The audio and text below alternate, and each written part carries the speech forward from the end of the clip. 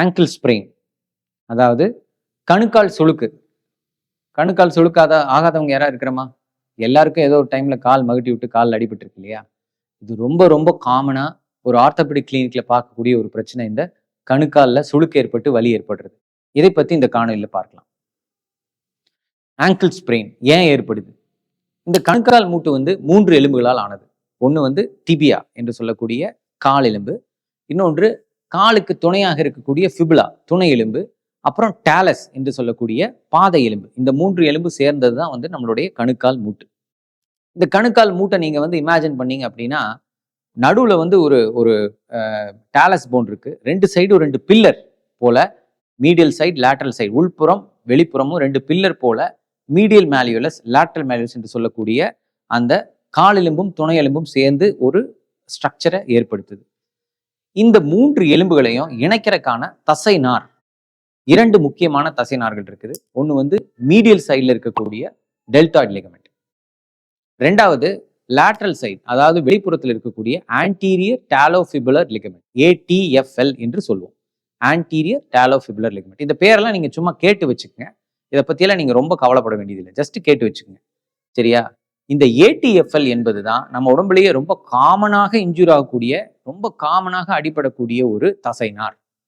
இந்த ATFL ligament அடிபடுறதை தான் நம்ம கணுக்கால் சுளுக்கு என்று சொல்லுவோம். ஆங்கிள் ஸ்ப்ரெயின் நம்ம சொல்றது எது அப்படின்னா, இந்த ATFL தசைநாரனுடைய கிழிசல் தான். இந்த ATFL தசைநாருங்கிறது ரொம்ப ரொம்ப முக்கியமான தசைநார். இது கம்ப்ளீட்டா கிழியுமா அப்படின்னா, கம்ப்ளீட்டாகவும் கிழியலாம். ஆனா ரொம்ப ரொம்ப காமனா வந்து ஒரு சிறு பகுதி மட்டும்தான் கிழியும். ஒரு இத்தினூண்டு பகுதி கிழிஞ்சா அதை கிரேட் 1 ஸ்ப்ரெயின் அப்படின்னு சொல்லுவோம். இந்த கிரேட் 1 ஸ்ப்ரெயினுக்கு வந்து தான் நம்ம காமனா இப்போ நம்ம நடந்து போயிட்டு இருக்கிறோம், வாலிபால் விளையாடுறோம், பேஸ்கெட் பால் விளையாடுறோம், குதிச்சு கீழே இறங்க ஜம்ப் லேண்டிங் பண்றோம், கால் ட்விஸ்ட் ஆகுது, கால் மகிட்டுது, படி இறங்குறோம், கால் மகிட்டுது. அப்போ ஆகக்கூடிய இந்த இன்ஜுரி வந்து கிரேட் 1 அல்லது grade 2 sprain of the ATFL. ATFL-னுடைய ஒரு சிறு அடிதான் வந்து கால் சுளுக்கு. கிரேட் 3 என்பது கம்ப்ளீட்டாக ATFL தசைநார் கிழிகிறது. கம்ப்ளீட்டா ATFL தசைநார் கிழிஞ்சா அது வந்து ATFL டேர். அது சுளுக்கல்ல, it is no more a sprain, it is a complete tear of the ATFL. அந்த மாதிரி பேஷண்ட்ஸ்க்கு வந்து நடக்கவே முடியாது, கால் நல்லா புஷ்ஷுன்னு வீங்கிரும், காலை ஊன்னாலே கால் மகுன்றும். அவர்களுக்கு வைத்தியம் வேற. நார்மலான கணுக்கால் சுளுக்குக்கு என்ன வைத்தியம் அப்படின்னா, கணுக்கால் சுளுக்கு ஏற்பட்டது அப்படின்னா நிச்சயமாக நீங்க ஒரு மருத்துவரை அணுகணும். ஏன் அப்படின்னா, பல சமயங்கள்ல இந்த கணுக்கால் சுளுக்கு வந்து ஒரு சின்ன எலும்பு துண்டு உடஞ்சும் ஏற்படலாம். அந்த எலும்பு துண்டு உடஞ்சுதான் அது ஏற்பட்டிருக்குதா, அதுக்கு எக்ஸ்ரே எடுத்து பார்க்கணுமா அப்படிங்கிறத ஒரு மருத்துவர் தான் வந்து அதை வந்து ஆய்வு பண்ணி உங்களுக்கு சொல்லுவார். உங்க காலை தொட்டு பார்த்தாலே தெரிஞ்சிடும், இதுல வந்து எலும்பு துண்டு உடஞ்சிருக்கா, உடஞ்சிற மாதிரி ஒரு சஸ்பிஷன் இருக்கா இல்லையான்னு தெரிஞ்சிடும். அப்போ அந்த மருத்துவர் அதை பார்த்துட்டு அதுக்கு எக்ஸ்ரே தேவையா தேவையில்லையான்னு சொல்லுவார். பொதுவா கணுக்கால் சுளுக்கு ஏற்பட்டோன்னு உங்களால நல்லா நடக்க முடியுது அப்படின்னா, உங்களுக்கு வந்து பெரிய அளவுல ஃப்ராக்சரோ இல்லை நான் சொன்ன மாதிரி முழுவதுமான கிழிசலோ ஏற்பட்டிருக்கான வாய்ப்பு இல்லை. நல்லா நடக்கிறீங்க, கொஞ்சம் கொஞ்சம் தான் வலிக்குது அப்படின்னா, நீங்க உங்க மருத்துவர் அணுகினீங்கன்னா அவர் உங்களுக்கு ஒரு பெல்ட் அல்லது ஸ்ட்ராப், ஃபிகர் ஆஃப் 8 ஆங்கிள் ஸ்பிளிண்ட்னு சொல்லுவோம், அந்த மாதிரி ஒரு ஸ்ட்ராப் கொடுப்பாரு. அந்த ஸ்ட்ராப் போட்டுட்டு நீங்க நார்மலா நடந்துக்கலாம், தேவைப்பட்டா ஒரு குச்சி வச்சுக்கலாம். நீங்க ஒண்ணு வந்து ரொம்ப கவனத்துல நீங்க வச்சுக்க வேண்டியது என்னன்னா, எலும்பு மூட்டு அறுவை சிகிச்சையில, எலும்பு மூட்டு சிகிச்சையில எலும்பு உடைஞ்சா அது கூடுறதுங்கிறது சுலபம். ஜவ்வு வந்து எலும்புல இருந்து பிஞ்சிருச்சு அப்படின்னா அந்த ஜவ்வு திரும்ப எலும்போட கூடுறதுங்கிறது எலும்பு கூடுறதை விட கொஞ்சம் சிரமம். இப்போ உடம்புலயே வந்து இந்த எலும்பும் எலும்பும் கூடும் போதுதான் அங்க வந்து எந்த விதமான ஒரு ஸ்கார் டிஷ்யூவும் வராது. தழும்பு இல்லாம கூடக்கூடிய ஒரு டிஷ்யூ தான் நம்மளுடைய போன் டிஷ்யூ. எலும்பு வந்து 2 எலும்பு கூடுச்சுன்னா எலும்பா மாதிரி தான் கூடும். இதே தோல்ல கிழிஞ்சதுன்னா என்ன ஆகுது? தோல்ல வந்து தழும்பு வருது இல்லையா? அதே மாதிரி உடம்புல வேற எந்த திசு கிழிஞ்சாலும் தழும்பு ஏற்படும். ஆக தழும்பு இல்லாம கூடக்கூடிய ஒரு தசைநார் தான் வந்து எலும்பு.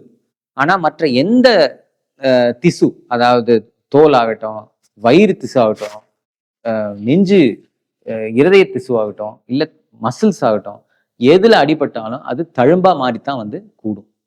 அப்போ நம்மகிட்ட இருக்கிற இப்போ இந்த லிகமெண்ட் இருக்கு இல்லையா, இந்த லிகமெண்ட் தசைநார், எலும்புல ஒட்டிட்டு இருக்கக்கூடிய தசைநார் வந்து எலும்புல இருந்து பிஞ்சு வரும்போது அது திரும்ப தழும்பாக மாறித்தான் எலும்போட ஒட்டும்.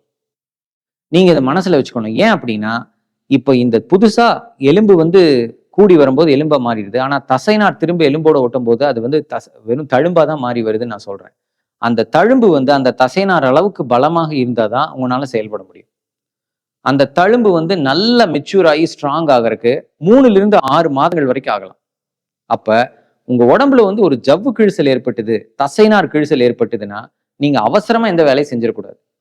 டாக்டர் நான் நாளைக்கே ஆஃபீஸ் போகணும், எனக்கு படி ஏறி இறங்கணும், நான் வந்து வெக்கேஷன் புக் பண்ணிட்டேன், நான் கோயிலுக்கு ட்ரிப் புக் பண்ணிட்டேன், நான் போய் நடக்கணும், எனக்கு ஆங்கிள் ஸ்ப்ரெயின் ஆயிடுச்சு, எனக்கு இன்னைக்கே சரி பண்ணி அனுப்பிச்சு விடுங்க, நாளைக்கு எனக்கு முக்கியமான ஸ்போர்ட்ஸ் கேம்ஸ் இருக்குது, நான் போய் விளையாடணும் அப்படின்னா இதெல்லாம் நீங்க செய்யும் போது அந்த தசைநார் கூடி வரும்.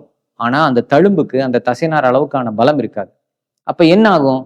இந்த கணுக்கால் சுளுக்கு திரும்ப திரும்ப ஏற்படும். நீங்க எப்ப நடந்து போனீங்கனாலும் ஸ்லைட்டா கால் பிசகுச்சுனாலே கால் சுத்தமா சுளுக்கி கீழே ட்விஸ்ட் ஆகி கீழே விழுகிறதுக்கான வாய்ப்பு உண்டாகிறதுக்கு சான்ஸ் இருக்கு. ஸோ இதையெல்லாம் நீங்க மனசுல வச்சுட்டு உங்க மருத்துவர் வந்து 3 வாரம் ரெஸ்ட்ல இருக்கணும்னு சொன்னா நீங்க அது போட்டாட் ரெஸ்ட்ல இருக்கிறத பெட்டர். ரெஸ்ட்ல இருந்துட்டீங்கன்னா அந்த தசைநார் வந்து நல்லா கூடி வந்துடும், பிரச்சனை இருக்காது. சில எலிட் அத்லீட்ஸ் நமக்கு வந்து ஸ்போர்ட்ஸ்க்கு அவங்க வந்து டோர்னமெண்ட்டுக்கு நடுவில் இன்ஜுரி ஆகி விழுந்துட்டாங்க அப்படின்னா அப்போதைக்கு அவங்கள வந்து நம்ம பிசியோதெரபிஸ்ட் டேப்பிங் எல்லாம் பண்ணி உடனடியாக கேமுக்கு அனுப்புறதுக்கு ஒரு வாய்ப்பு இருக்கு. ஆனால் அது வந்து நாங்கள் ஸ்ட்ரிக்டா அசஸ் பண்ணி அதை பண்ண முடியுமான்னு பார்த்துட்டு நாங்கள் அதை செய்வோம்.